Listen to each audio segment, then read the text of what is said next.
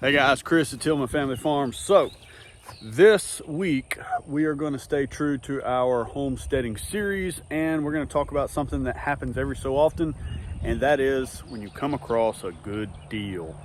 So this was right up our alley. It was homesteading all the way. We don't feel like we could have purchased this for this price anywhere else, probably ever, in the last probably 10 years. So anyhow, let me take you out here and show you what I'm talking about, and we'll dive into this whole deal and show you how we got it all set up. All right, so everybody's wondering, what in the world have we done? Sometimes I wonder, what in the world have we done? Anyhow, so sometimes in the homesteading world, farming world, farm business world, whatever, you come across a deal that you just can't turn down. And in our case, this time, it just so happened to be in livestock.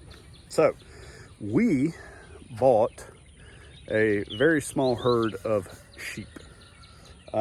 We've done sheep before. If you've been watching the channel for a while, we had sheep, it's either last year or the year before. But anyhow, I have got some netting put up. They were dropped off yesterday. And I've got some separated, and I'll explain to you why. I'm going to show you how I got them set up. I got two different types of netting here with a charger on it. I'm going to show you some differences in this netting, talk about males and females and what our intentions are, and the future of these guys on our homestead.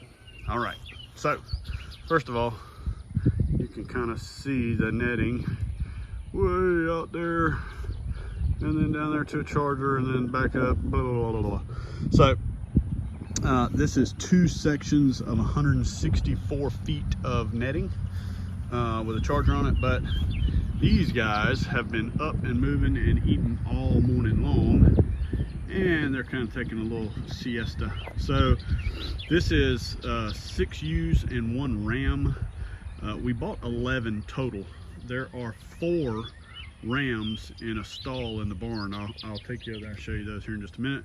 But for right this minute, I want to talk to you about what the intentions are with these guys and how they're going to move into the future with us. 1 ram, 6 ewes. So that is potentially a herd starter for us. Now, what does that mean for a homestead? So number one, it could potentially allow us to reproduce our own meat on the farm. So that's what we do with cows. That's what we were doing with pigs. We're looking for a way to try to do that with chickens. But this is a red meat. Lamb is very good, very healthy, and it is very tasty. So that is the intent with that group that's out there, is to be able to reproduce and grow a herd.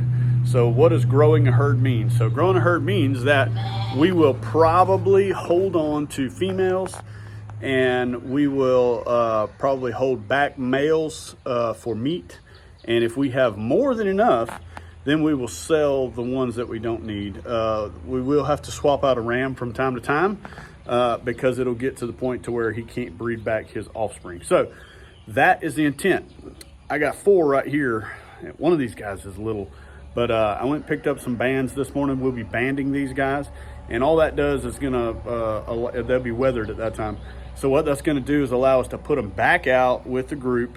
And as they get to breeding age, I won't have 5 rams out there trying to breed everybody with brothers and sisters, and it's just weird. So anyhow, let me show you these guys, and we'll talk about them, how long we think it'll take to grow them out, and how we're actually going to grow them out. All right, there they are. Like I said, all these guys are ram lambs. So that little guy right there is, we're guessing, is the youngest. So these guys will be grown out for meat. I'm gonna say we're gonna let them go for about a year. We do not feed a whole lot of grain around here. That electric netting that I was talking to you about out there a minute ago, we will rotate these guys around from sets of netting to sets of netting, and we will allow them to eat and help us keep clean and fertilize these pastures, and they'll basically take care of themselves. We are going to go through a process since they're new here. They all look very healthy, they're very active. Nobody seems sluggish or anything like that, so I don't think they're carrying a parasite load.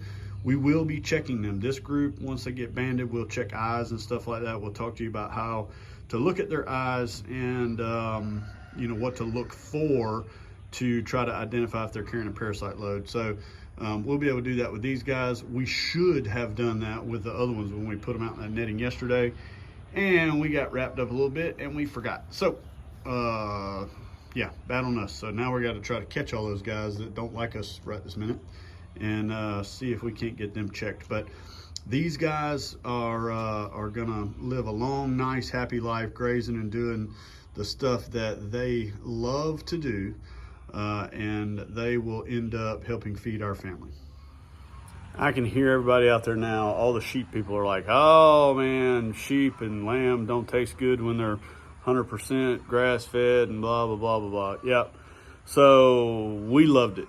I'm not, we have a pretty nice sized piece of property here, and we are going to do the best that we can to utilize the whole entire place to help us sustain a food source, which is going to be those lambs.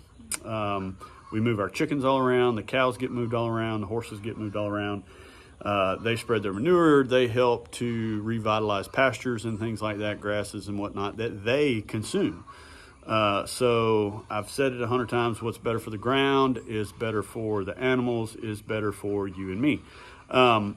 But yes, that is exactly what we intend to do. They're going to get rotational grazed.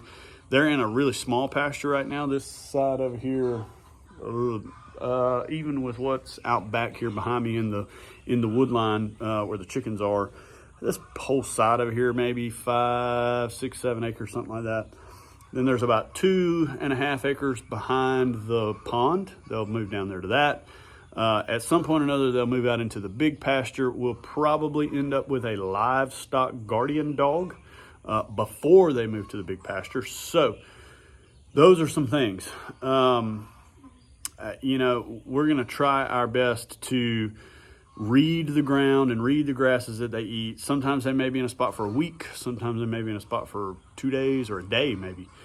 As long as they have plenty to eat and they're doing well with what they're doing, we'll leave them there. I want to get them out in the pasture with the cows. There is a rule of thumb out there that sheep can consume parasite that will hurt cows. And there's another rule of thumb out there that cows can consume parasite that will hurt sheep. So with them grazing the same field, sometimes they can work together to help each other out, which is, by all accounts, is great in my mind. So also, sheep will eat some things that cows will not browse. So that's another reason why I want to get them out there with cows. So the things that the cows leave behind, maybe the sheep will eat. Maybe some of the things that the sheep leave behind, the cows will eat. So we'll see how that goes, but that's the plan with that. I'm going to take you over here and show you this netting. Like I said, I got 2 different types up. So I'm going to show you the differences in them. I'm going to show you the type of charger I got on them, and talk to you a little bit about how long it took us to set that up, where that netting comes from, what it's worth, and if it's the right thing for you to do on your homestead. All right, so for most of you that know us, you know that we use Starkline electric netting. This is the 2 end connections. So this is utility netting, and this is sheep and goat netting. You can see from here, they don't look very much different, but there's a little bit of difference, and we're gonna talk about it. So these are fiberglass poles here. These are their premium poles. Step in, double spike. You got a nice little platform for you to step on. So this set of netting over here, everything is polywire. This is the utility netting. So the uprights and the horizontals are all polywire, okay? You come over here to the sheep and goat netting, and this section here in the middle is plastic. What that does is it allows the fencing to stand up better on its own. The polywire has a tendency to lay down, but if you get it stretched right, it does just as well. We use this sheep and goat netting for pigs for a long time. And if it is out in a setting just like you see it here, it does amazing. Now, we had some issues with it over in the woods, sticks and stumps and all kinds of things like that on the ground. When we were taking it down and picking it up and moving it and stuff like that, we would tear it up. The plastic pieces broke. There's not a great way to fix the plastic pieces. They make repair kits for the wire, but the plastic, and so much really just to where it connects at the joints right there is where it's difficult to try to fix it. But for the most part, it does great. If you keep it out in an open setting like this, you probably won't ever have that problem. But this is the setting that we have. When we stand up our end joints, we wrap those around, and then there's a little clip that slides together right there. So I'm gonna take you over here and I'm gonna show you the charger, show you how I got that set up with a ground and all that kind of stuff. All right, so I had somebody on a video the other day. I did a Starkline video and I had a Starkline charger in that video, and they said, Chris, I thought you only used Gallagher chargers. Well, I use a lot of Gallagher chargers, but I do use some Starkline chargers as well. This particular setup, I am using a Gallagher S20. It is on a T-post. I use the T-post as a ground, and then we take the hot connection and take it back to the little clips. So this is the other end right here. So you got one section going that way, way up there around by the barn and connecting up there. And then this set goes out that way and way back around that side. So this makes a pretty good sized paddock. And you can see some of this stuff's pretty thick. There may be some stuff in here that they're not liking. I don't think they're gonna eat that buttercup. But all the rest of that out through there is about 4 to 6 inches deep. So they've got plenty in here. Put them in here yesterday afternoon, and buddy, I think they grazed almost all night long. They were still grazing this morning pretty hard when I came out here, and they are taking a break up there. Of course, it's gotten hot. The only shade they've got is that tree. So we'll talk about that a little bit, but I'm about to fill up that water trough for them. I got my water tank out here. So get that filled up. We'll talk about what we're gonna do for shade for them when we get on an open pasture. And then that's probably gonna be about it for this one, guys. All right, so I want to talk about netting for just a minute. You're gonna see tons and tons of channels out there that use this netting. And I'm not going to even begin to fib to you or lie to you or whatever you want to call it. Netting can be expensive. So the setup that you just looked at, charger, could be in the upwards of $200. The netting is, 150 to 160 bucks per set and things like that. So in a setup like this, you could be looking at $500-600 bucks for 2 sets of netting. You can buy the shorter netting. They make netting in a lot of different lengths. So what I recommend to you guys is to look at netting and solar chargers and things like that as an investment, a long-term investment for your homestead or your starting your farm business or whatever it may be. And with that being said, I would encourage you to look for deals. And I talk about this all the time, and I like to pass it along to you guys because of the fact that I know there's a lot of people out there that they either just want a backyard flock, or they're starting a small farm business, or they're starting a homestead, and they're gonna have stuff like this for a long time. Number one, take care of it. The better you take care of it, the longer it's going to last. If it's not in use, pick it up out of the field and get it put up and stored somewhere. Don't just leave it out there. We've made that mistake before. Allow yourself to learn from our mistake. We left it out there too long. Stuff gets grown up in it and all kinds of stuff, and then you feel like an idiot when you're trying to pick your stuff up and you're cussing yourself and all kinds of crazy stuff. So the other thing is to look for opportunities to buy at a discounted rate. Right now, I think this month to the 26th, so this is April 2025. So Starkline has a spring sale going on. You can save up to 20% on a couple of things that they've got, and you can still use our discount code and get another 10%. You can always use our discount code and get 10% off of whatever you need or you're looking for or whatever, but think of it as an investment. You can use this stuff for all kinds of things. We keep our dogs in it. We've done pigs in it. We have horse netting for our horses. They sell polywire, they sell chargers, they sell ground rods, they sell replacement rods for this netting if one were to break or whatever. They have anything and everything that you can need.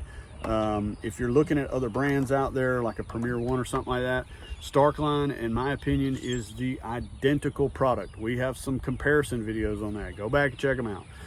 Netting is a big deal, and even if you use it for a season, just say you bought some feeder sheep, or you had some goats that you wanted to just grab and have for whatever. You can use it for a season, and then you can store it. It stores in a very small spot, and you know, you'll just have it.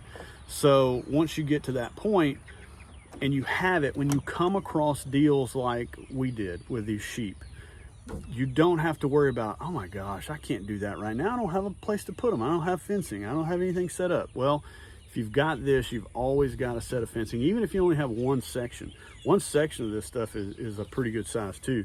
So I think last year we ran 3 goats and 4 sheep around in one section of it. Of course, they were getting moved about every 2 days. So, I mean, they had plenty to eat and graze on as they were being moved. But I mean, it's a really, really good something to have. It's just an extra tool on your homestead. And you know, you can use it for all types of different livestock. So that is netting. Go get yourself educated. Go to starkline.com, go to Premier One, wherever you want to go. I recommend Starkline. We've used it for 4 or 5 years now. It's great stuff. It's held up pretty good. And we have absolutely beat the crap out of it. So good stuff, good product. If you're going to do this long term, you're going to end up needing some netting, because you don't want to run hard fences everywhere. You'll run a hard fence one day, and then the next thing you know, you're gonna be like, why did I put this stupid fence here? So electric netting is the answer to a lot of the things that you need around your farm or homestead. All right, last but not least, on sheep and probably any other livestock that you're gonna put out in a big pasture like this. It is early spring right now, and I would probably say today it's gonna get to about 80 degrees, but out there in the direct sun, if they have nowhere to go and hide like these guys are hiding right now, then they are going to struggle. You need to have some form of either you're gonna have to keep them moving through areas that have plenty of shade, trees, brush, anything like that, or you're gonna have to build some kind of shade structure that you can move along with them. In the past, you'll go back and look at some other videos of ours. We did that for pigs. We had an old boat trailer that we dual purposed. We set up a big water tank on it with a float valve so that they could have constant water. And we put a big old roof on it so that it would be portable shade when we moved them out to a big pasture that a big part of the day they didn't have shade. So keep that in mind. You've got to help these guys stay cool. They got fur all over them, and that doesn't help when they're trying to stay cool. So they're going to want to be in some shade like this. I have plans to build a portable shade structure on skids. I've got a pretty good picture in the old crazy head up here of how I want to do it. I've got some old tin over here that I can repurpose, so I'm sure in a future video you'll see some of that, and we'll show you how we incorporate a lot of things.